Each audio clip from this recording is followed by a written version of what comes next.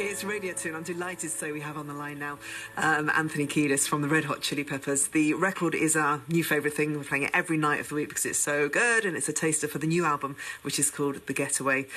Welcome to the show, sir. How are you? I'm very well, thank you, Joe. How are you? Yeah, I'm all right, thank you.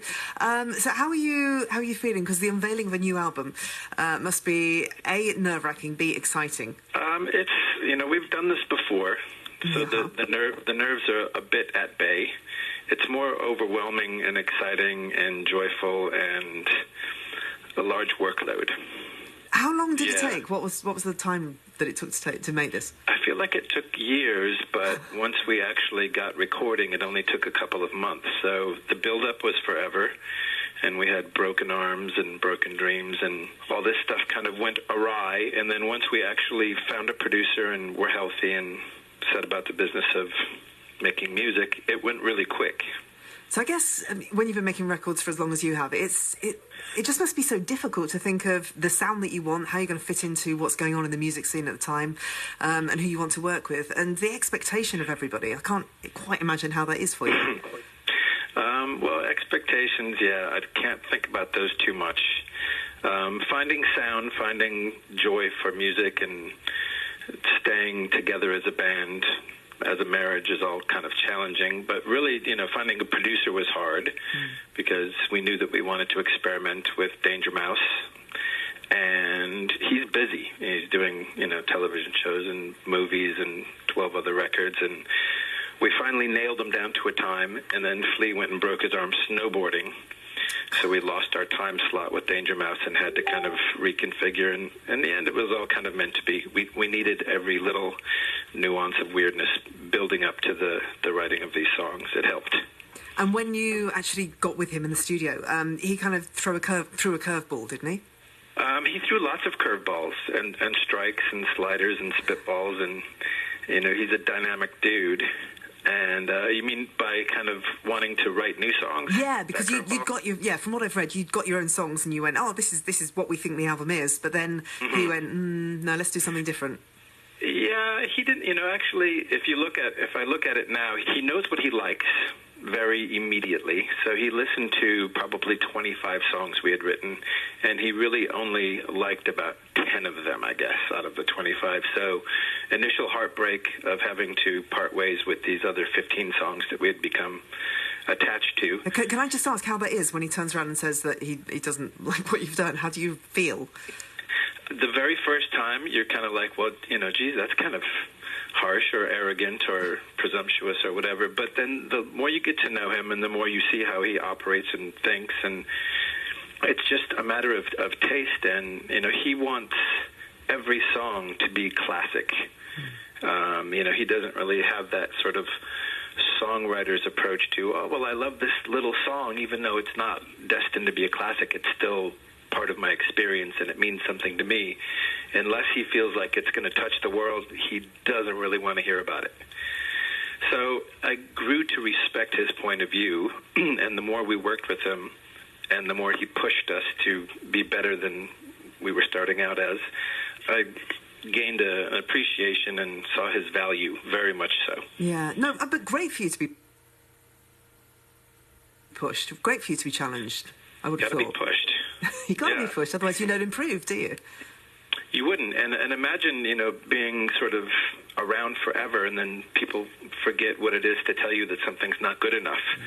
So you just, you always think it's going to be good enough, but then really you need someone to be brutally honest and break your heart and hurt your feelings a little bit along the way.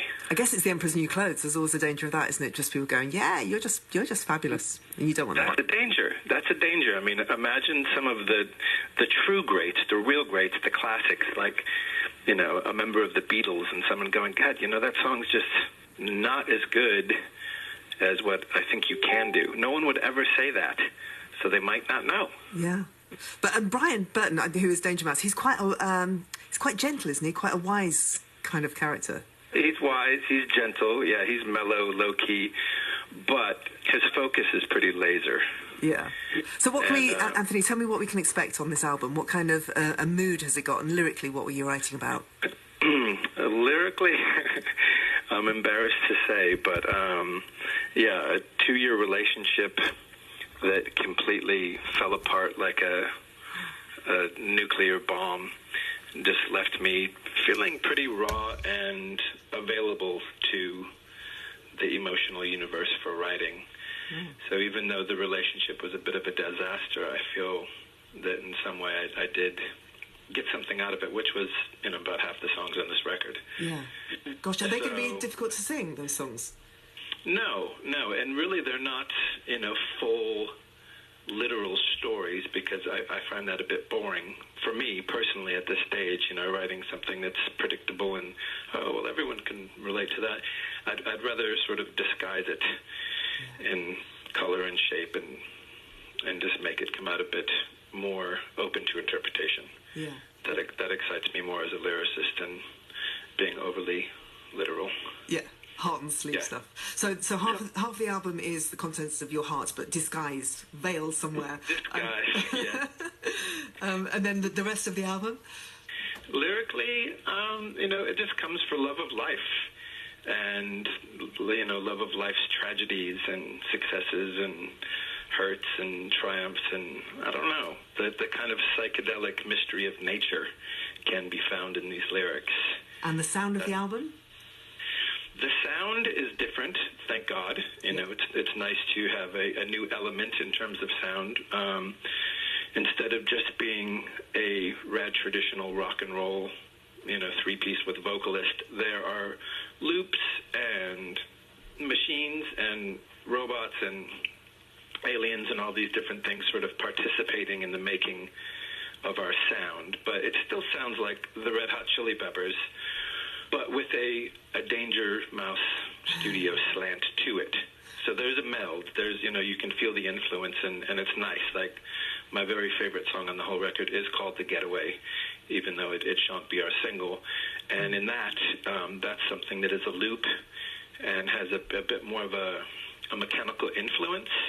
But emotionally, the very first time I heard the music, I was instantly inspired. So there's kind of the best of both worlds in there. I can't wait to hear it. How the rest of the band? How are the band getting on at the moment? All good and healthy? Everyone's good. We have figured out how to argue successfully without hating each other or wanting to be away from each other. We can start off the day with a massive difference of opinion and get into a bit of a miniature shouting match, and then 10 minutes later it's over and done with. And I like what I see with these boys getting ready to go out on tour for a year. Yeah. It's nice to know we can process all these highs and lows together. Everyone's good. Everyone's excited that we have this many new songs that look like they're going to be a blast to play live. It's all part of the adventure. Listen, enjoy the tour. Where are you at the moment? Are you at home? At the moment, I'm standing naked in my kitchen. Okay, so you're not cooking, are you? You haven't got a frying pan out? No hot grease anywhere near. Okay, fine. I was worried for a bit then. Yeah. Anthony, it's nice to talk to you, and hopefully see you when you're over here in the UK. Come in and say hi to us. Thank you for your time, Joe. We'll play the single now. This is Dark Necessities. Anthony, thank you. Bye, Joe. Step away from the hot fat. Will do. Bye. Bye.